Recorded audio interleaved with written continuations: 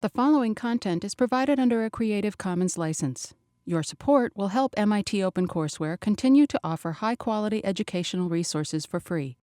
To make a donation or to view additional materials from hundreds of MIT courses, visit MIT OpenCourseware at ocw.mit.edu.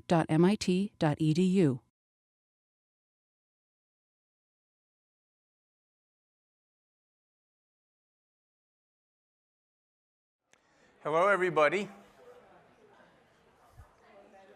Well, here we are at the last lecture. We're going to finish talking about statistical sins and then do a little bit of a wrap-up. All right. Let's look at a hot topic, global fiction, or global warming, fact or fiction. You've done a problem set related to temperatures. In the US, here's a plot generally accepted of the change in temperatures on the planet between 1880 and 2014. Now, if we look at this plot, we could see this commits one of the statistical sins I complained about on Monday. That look where it's starting the y-axis, way down here at 55. And you remember I told you to beware of charts where the y-axis doesn't start at 0. So maybe the people who are trying to claim about global warming are just deceiving us with this trick of the axis. So here's what happens if you put it at 0. And as you can see, or barely see, this axis runs from 0 up to 110 as the average temperature. And as you can see quite clearly, it's hardly changed at all. So what's the deal here? Well, which is a more accurate presentation of the facts, which conveys the accurate impression? Let's look at another example, maybe a little less controversial than climate change. Fever and flu. It's generally accepted that when you get the flu, you might run a fever. So here's someone who had the flu, and this is plotting their fever from the beginning to its peak. And it does appear, if we were to fit a curve to this, it would look pretty much like that. On the other hand, if we assume that somebody's temperature could range between 0 and 200, we can see that, in fact, your temperature doesn't move at all when you get the flu. So the moral is pretty clear, I think. Even though on Monday I talked about being suspicious when people start the y-axis too far from 0, you should truncate it to eliminate totally preposterous values, right?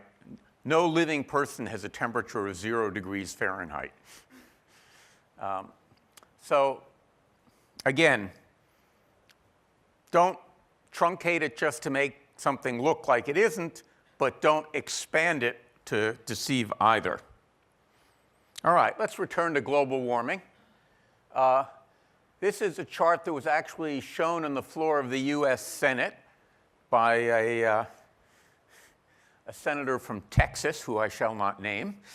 And obviously, the argument here was that, well, sure, global warming bounces up and down, but if we go back, we can see here the date is can we see it? I can see it.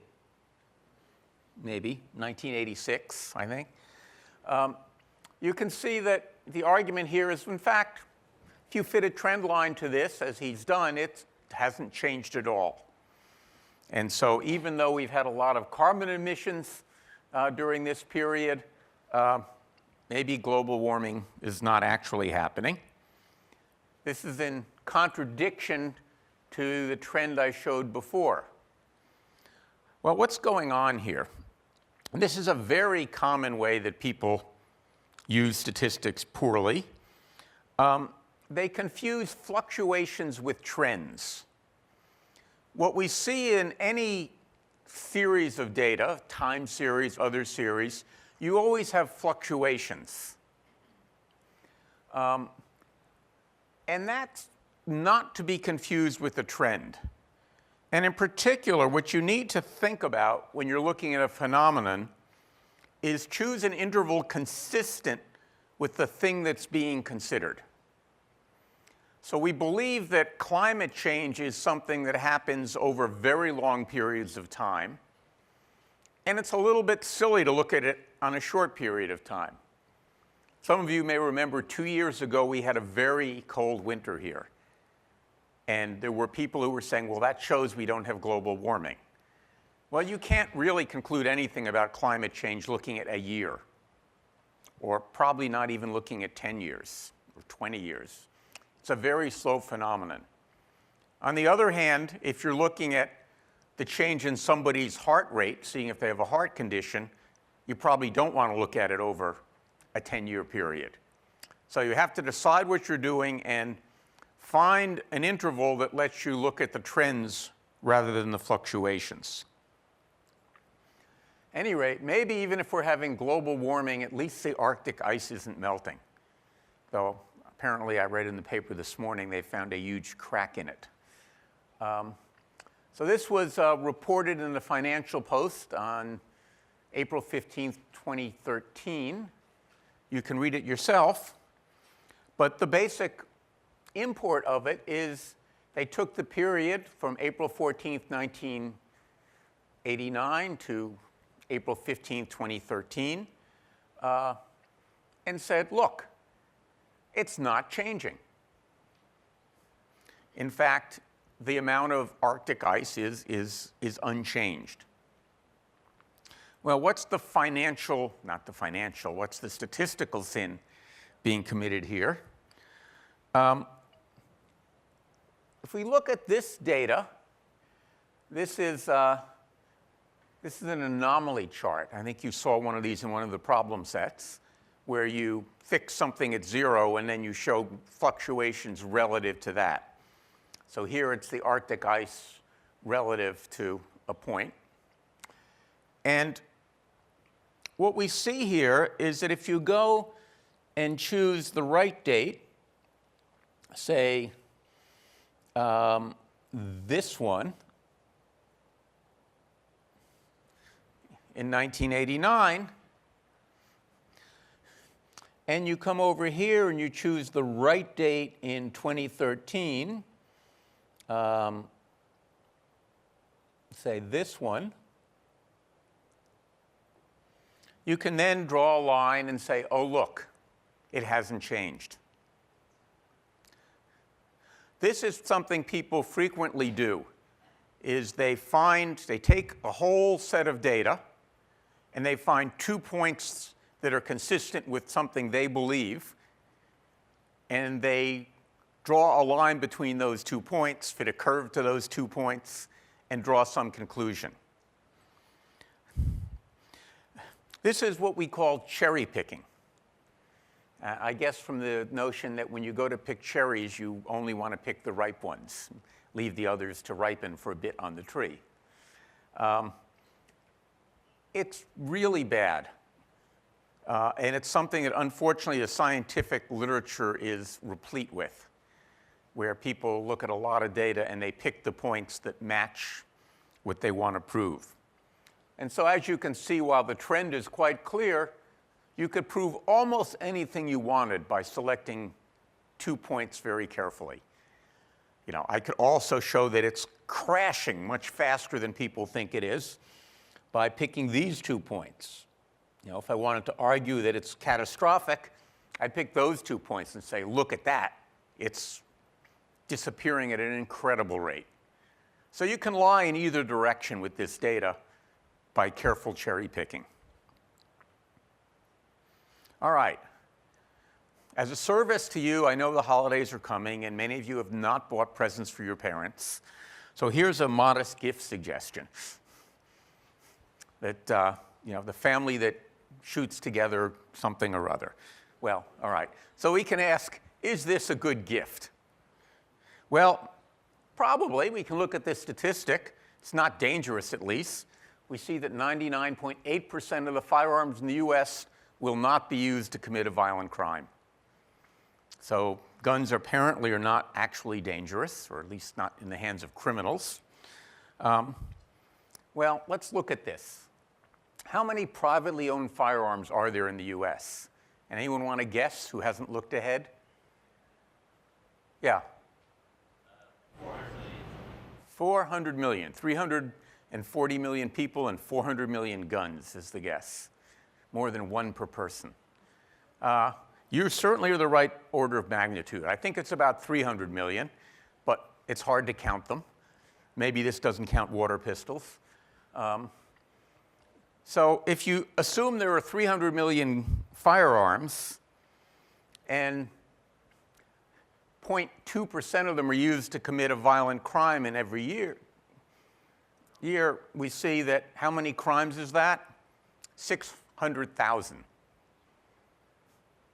So in fact, it's not necessarily very meaningful to say that most of them are not used to commit a crime. Well, let's look at another place where we look at a statistic. Probably most of you don't even remember the scary swine flu epidemic. This was a big headline, and people got so scared of the swine flu they were doing things like closing schools to try and limit the spread of the flu. New York City's closed some schools because of it, for example. So is this a scary statistic? Well, maybe. But here's an interesting statistic. How many deaths per year from the seasonal flu in the US? The ones we try and prevent with a flu shot? 36,000. So what we see is that it doesn't make a lot of sense to panic over 159 in the light of this number.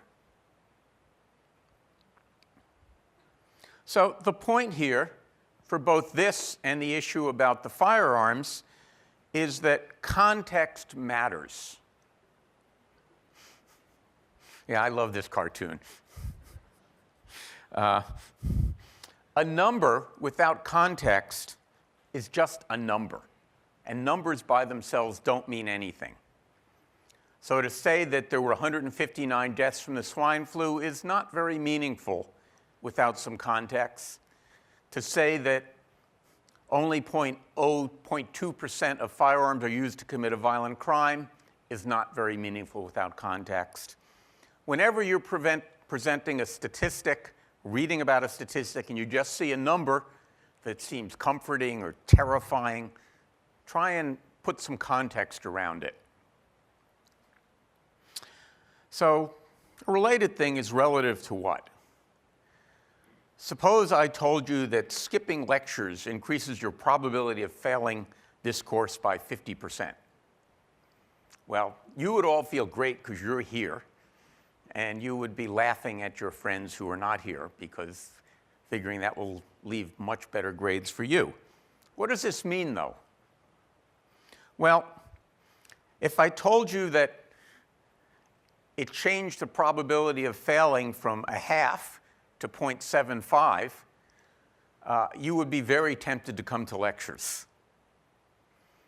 On the other hand, if I told you that it changed the probability from 0.005 to 0.0075, you might say, the heck with it, I'd rather go to the gym. Right? Again, this is an issue, and this is something that we see all the time when people talk about percentage change. This is particularly prominent in the pharmaceutical field, right? You will read a headline saying that drug X for arthritis increases the probability of a heart attack by 1% or 5%. Well, what does that mean? If the probability was already very low, increasing it by 5%, it's still very low. And maybe it's worth it not to be in pain from arthritis. So talking in percentages is, again, one of these issues of it doesn't make sense without the context. In order to know what this means, I need to know what regime I'm in here in order to make an intelligent decision about whether to attend lecture or not. It goes without saying you've all made the right decision. So beware of percentage change when you don't know the denominator, right? You get a percentage by dividing by something. And if you don't know what you're dividing by, then the percentage is itself a meaningless number. All right. While we're sort of talking about medical things, and let's look at cancer clusters to illustrate another statistical question. So this is the definition of a cancer cluster by the CDC, a greater than expected number of cancer cases that occurs within a group of people in a geographic area over a period of time. And the key part of this definition is greater than expected. About 1,000 cancer cases, cancer clusters per year are reported in the US, mostly to the Centers for Disease Control, but in general to other health agencies. Upon analysis, almost none of them pass this test.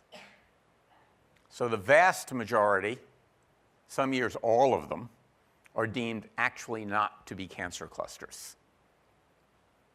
So I don't know if, have anyone here seen the movie Aaron Brockovich? Subsequent analysis showed that was actually not a cancer cluster. So it was a good movie, but turns out statistically wrong. All right, this, by the way, is not a cancer cluster. This is a constellation. All right, so let's look at a hypothetical example. By the way, the other movie about cancer clusters was the one set in Massachusetts. What was the name? A Civil Action. Anyone see that? No. That was a cancer cluster. All right. Massachusetts is about 10,000 square miles, and there are about 36,000 cancer cases per year reported in Massachusetts. Those two numbers are accurate, and the rest of this is pure fiction. So let's assume that we had some ambitious attorney who partitioned the state into 1,000 regions of 10 square miles each and looked at the distribution of cancer cases in these regions, trying to find cancer clusters that he or she could file a lawsuit about. Well, you can do some arithmetic, and if there are 36,000 new cancer cases a year, and we have 1,000 regions, that should say that we should get about 36 clusters per year, or cancer cases per year per region.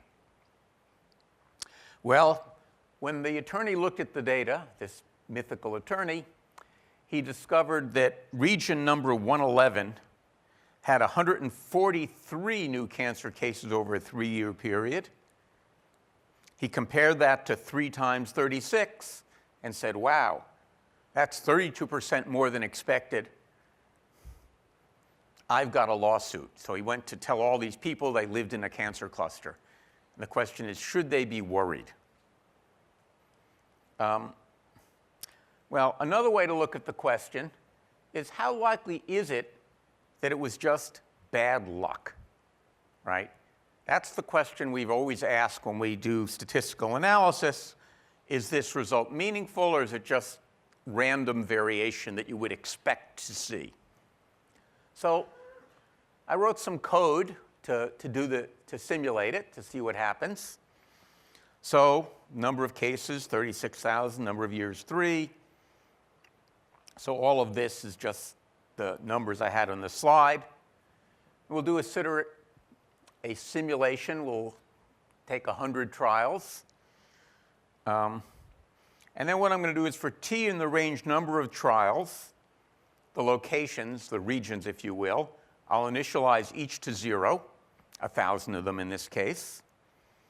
And then for I in the range number of years times number of cases per year, so this will be 3 times 36,000. At random, I will assign the case to one of these regions. Okay, this is the random. Nothing to do with cancer clusters, just at random, this case gets assigned to one of the 1,000 regions.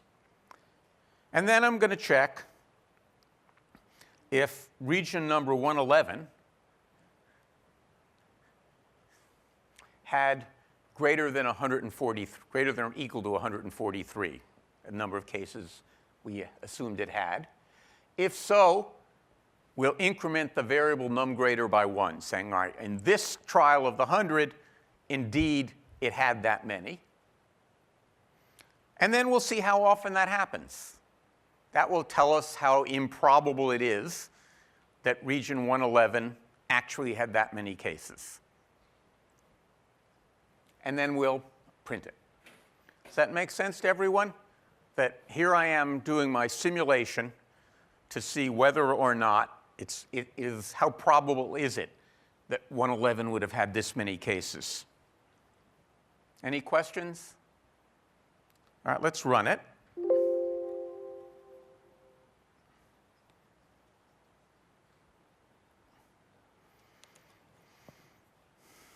So here's the code we just looked at. Oh.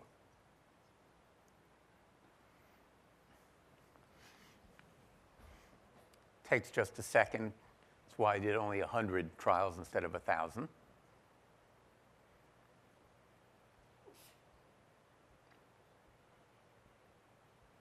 I know the suspense is killing you. It's killing me. I don't know why it's taking so long.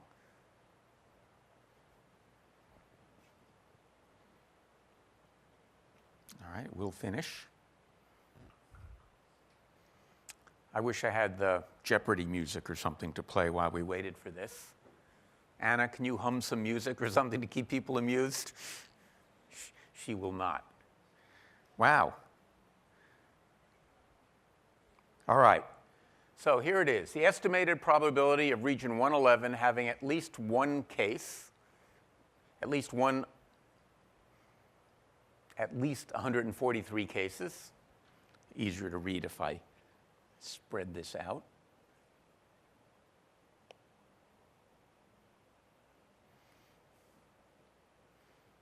It's 0.01. So it seems, in fact, that it's pretty surprising. Unlikely to have happened at random. Do you buy it, or is there a flaw here? Getting back to this whole question, yes?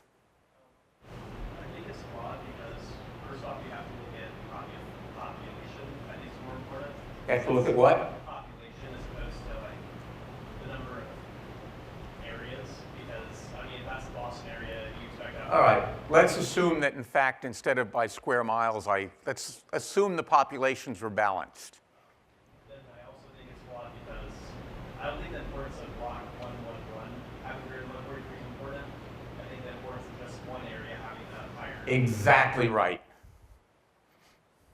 Exactly right. I'm sorry I forgot my candy bag today. Just means there'll be more candy for the final.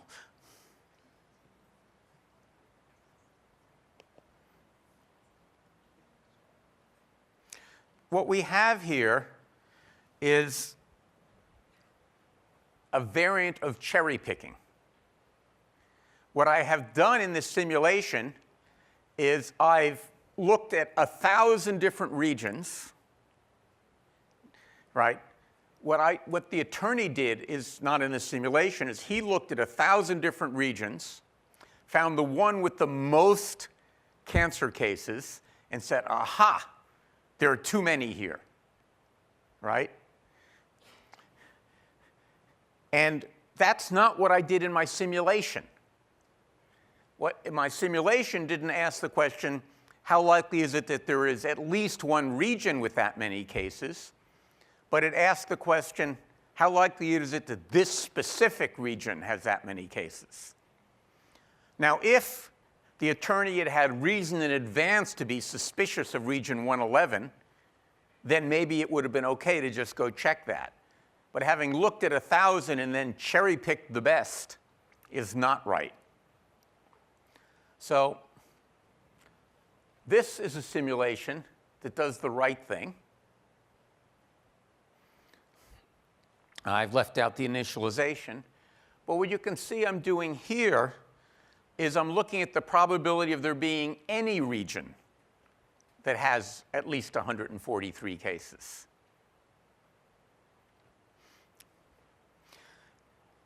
What this is called in the technical literature, what the attorney did is multiple hypothesis checking. So rather than having a single hypothesis that region 111 is bad, he checked 1,000 different hypotheses and then chose the one that met what he wanted. Now, there are good statistical techniques that exist for dealing with multiple hypotheses, things like the Bonferroni correction. I love to say that name. But you have to worry about it. And in fact, if we go back to the code,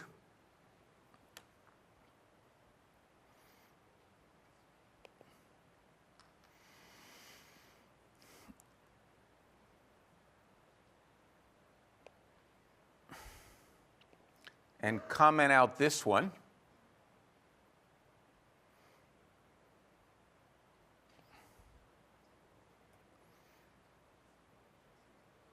and run this one, we'll see we get a very different answer. Nah.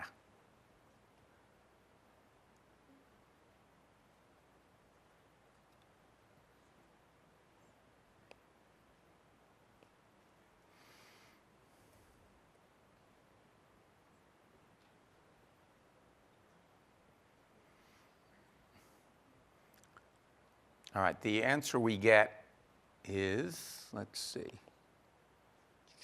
Oh, I see. All right, let me just comment this out.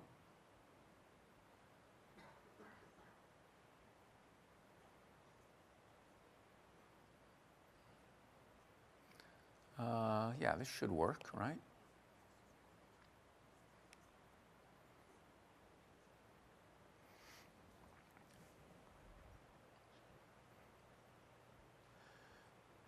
Well, maybe you don't want to wait for it, but the answer you'll get is that it's actually very probable. My recollection is it's a 0.6 probability that at least one region has that many cases. And that's really what's going on with this whole business of people reporting cancer clusters, right? It's just by accident, by pure randomness, some region has more than its share. This particular form of cherry picking also goes by the name of the Texas Sharpshooter fallacy. I don't know why people pick on Texas for this, but they seem to. But the notion is you're driving down a road in Texas and you see a barn with a bunch of bullet holes in the wall right in the middle of a target. But what actually happened was you had a barn, the farmer just shot some things at random at the barn, then got out his paintbrush and painted a target right around where they happened to land. And that's what happens when you cherry pick hypotheses. All right. What's the bottom line of all these statistical fallacies? When drawing inferences from data, skepticism is merited. There are unfortunately more ways to go wrong than to go right. And you'll read the literature that tells you that in the scientific literature, more than half of the papers are later shown to be wrong. You do need to remember that skepticism and denial are different. It's good to be skeptical, and I love Ambrose Bierce's description of the difference here. If you had never read Ambrose Bierce, he's well worth reading. He wrote something called the Devil's Dictionary, among other things, in which he has his own definition of a lot of words. And he went by the nickname Bitter Bierce. And if you read the Devil's Dictionary, you'll see why. But this, I think, has a lot of wisdom in it. All right. Let's, in the remaining few minutes, wrap up the course. So what did we cover in 60002? A lot of things. If you look at the technical things, there were three major units: optimization problems, stochastic thinking, and modeling aspects of the world. But there was a big subtext amongst all of it, which was this. There was a reason our problem sets were not pencil and paper probability problems, but all coding. And that's because we really want, an important part of the course is to make you a better programmer. We introduced a few extra features of Python, but more importantly, we emphasized the use of libraries. Because in the real world, when you're trying to build things, you rarely start from scratch. And if you do start from scratch, you're probably making a mistake. And so we wanted to get you used to the idea of finding and using libraries. So we looked at plotting libraries and machine learning libraries and numeric libraries. And hopefully, you got a lot of practice and that you're a way better programmer than you were 6 weeks ago. A little more detailed, the optimization problems, the probably most important takeaway is that many important problems can be formulated in terms of an objective function that you either maximize or minimize and some set of constraints. Once you've done that, there are lots of toolboxes, lots of libraries that you can use to solve the problem. You wrote some optimization code yourself, but most of the time we don't solve them ourselves. We just call a built-in function that does it. So the hard part is not writing the code, but doing the formulation. We talked about different algorithms. Greedy algorithms, very often useful, but often don't find the optimal solution. So for example, we looked at k-means clustering. It was a very efficient way to find clusters, but it did not necessarily find the optimal set of clusters. We then observed that many optimization problems are inherently exponential. But even so, dynamic programming often works and gives us a really fast solution. And the notion here is this is not an approximate solution. It's not like using a greedy algorithm. It gives you an exact solution, and in many circumstances, it gives it to you quickly. And the other thing I want you to take away is outside the context of dynamic programming, memoization is a generally useful technique. What we've done there is we've traded time for space. We compute something, we save it, and when we need it, we look it up. And that's a very common programming technique. And we looked at a lot of different examples of optimization, knapsack problems, several graph problems, curve fitting, clustering, logistic regression. Those are all optimization problems. Can all be formulated as optimization problems. So it's very powerful and fits lots of needs. The next unit, and of course, I'm speaking as if these things were discrete in time, but they're not. Right? We talked about optimization at the beginning, and I talked about optimization last week. So these things were sort of spread out over the term. We talked about stochastic thinking. And the basic notion here is the world is non-deterministic, or at least predictably non-deterministic. And therefore, we need to think about things in terms of probabilities most of the time, or frequently. And randomness is a powerful tool for building computations that model the world. If you think the world is stochastic, then you need to have ways to write programs that are stochastic if you're trying to model the world itself. The other point we made is that random computations, randomness is a computational technique, is useful even for problems that don't appear to involve any randomness. So we used it to find the value of pi. We showed you can use it to do integration. There's nothing random about the value of the integral of a function. Yet the easiest way to solve it in a program is to use randomness. So randomness is a very powerful tool. And there's this whole area of random algorithms, research area and practical area that's used to solve non-probabilistic problems. All right, modeling the world. Well, we just talked about part of it. Models are always inaccurate. They're providing some abstraction of reality. We looked at deterministic models, the graph theory models. There was nothing non-deterministic about the graphs we looked at. And then we spent more time on statistical models. We looked at simulation models, in particular, spent quite a bit of time on Monte Carlo simulation. We looked at models based on sampling. And also when we talked about simulation, I really hope I emphasized enough the notion that we need to be able to characterize how believable the results are. It's not good enough to just run a program and say, oh, it has an answer. You need to know whether to believe the answer. And the point we made is it's not a binary question. It's not, yes, it's right, no, it's wrong. Typically, what we do is we have some statement about confidence intervals and confidence levels, right? We use two variables to describe how believable the answer is. And that's an important thing. And then we looked at tools we use for doing that. We looked at the central limit theorem. We looked at the empirical rule. We talked about different distributions. And especially, we spent a fair amount of time on the normal or Gaussian distribution. And then finally, we looked at statistical models based upon machine learning. We looked at unsupervised learning, basically just clustering. Looked at two algorithms, hierarchical and k-means. And we looked at supervised learning.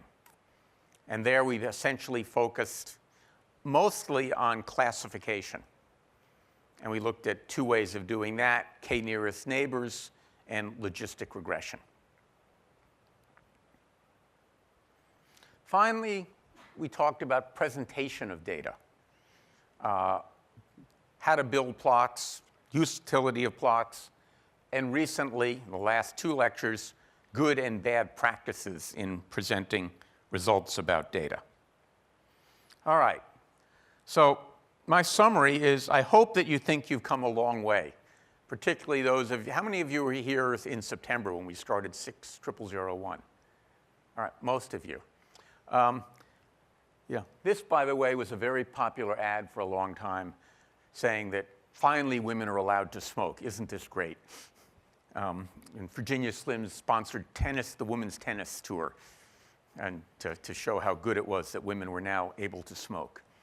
But anyway, I know not everyone in this class is a woman, so just for the men in the room, you too could have come a long way. You know, I hope you think that if you look back at how you struggled in those early problem sets, I hope you really feel that you've learned a lot about how to build programs. And if you spend enough time in front of a terminal, this is what you get to look like. All right, what might be next? I should start by saying this is a hard course. We know that many of you worked hard, and the staff and I really do appreciate it. You know your return on investment. I'd like you to remember that you can now write programs to do useful things. So, you know, if you're doing a UROP, you're sitting in a lab, and you get a bunch of data from some experiments, don't just stare at it. Sit down and write some code to plot it, to do something useful with it. Don't be afraid to write programs to help you out. There are some courses that I think you're now well prepared to take. I've listed the ones I know best, the courses in Course 6. 60009 is a sort of introduction to computer science. I think many of you will find that too easy after taking this course, but maybe that's not a downside. 6005 is a software engineering course where they'll switch programming languages on you. You get to program in Java. 6006 is an algorithms course in Python, and I think actually quite interesting, and students seem to like it a lot and learn about algorithms and implementing them. And 6034 is an introduction to artificial intelligence, also in Python. And I should have listed 6036, another introduction to machine learning in Python. You should go look for an interesting UROP. A lot of students come out of this course and go do UROPs where they use what they've learned in this course. And many of them really have a very positive experience. So if you were worried that you're not ready for a UROP, you probably are, to a UROP using what's been done here. You can minor in computer science. This is now available for the first time this year. But really, if you have time, you should major in computer science, because it is really the best major on campus. Not even close, as somebody I know would say. All right. Finally, sometimes people ask me where I think computing is headed, and I'll quote one of my favorite baseball players. It's tough to make predictions, especially about the future. And instead of my predictions, I'm going to show you the predictions of some famous people. So Thomas Watson was the chairman of IBM, company you've probably heard of. And he said, I think there's a world market for maybe 5 computers. This was in response to should they become a computer company, which they were not at the time. He was off by a little bit. A few years later, there was an article in Popular Mechanics which was saying computers are amazing. They're going to change enormously. Someday, they may be no more than 1.5 tons. You might get a computer that's no more than 3,000 pounds someday. So we're still waiting for that, I guess. I like this one. This is having written a book recently. The editor in charge of books for Prentice Hall. I have traveled the length and breadth of this country and talked with the best people, and I can assure you that data processing is a fad that won't last out the year.